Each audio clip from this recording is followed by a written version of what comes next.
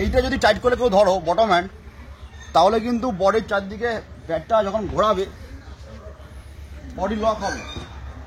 Body যখনই bat lock হবে, আর এই ব্যাটের ওয়েটটা প্রচণ্ড হাইভি, 1170-60 গ্রাম ওজনের ব্যাট রেকমেন্ড করছি সবাইয়ের জন্য।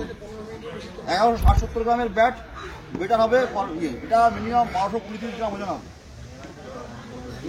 তুমি মাপিয়ে নেবে, কারণ এই ব্যাটটা যখন তুমি লিফটিং করবে, তোমার দেখো এই বটম হ্যান্ডের দিকে বিশাল ভারী আছে, এবং আমার মনে হয় এটা এনিহাও।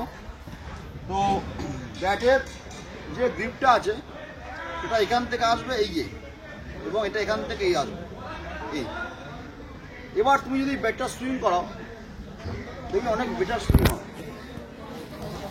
স্লাইস এর এটা এটা আর এই এটা এইটা ধরা 3 আঙ্গুল ছেড়ে এটা নিয়ে এবার এটা ধরা তোলা, এই যে এখান থেকে এই ধরে নেওয়া, এই তোলা, এই ধরা, এই পাটটা সোজা বসবে, যা বসা হিপের ওপরে, এখানে নেই এরকম না,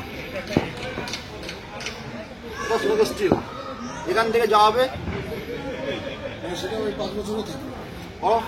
প্রথম 1 বছর কিছু থাকে। হ্যাঁ,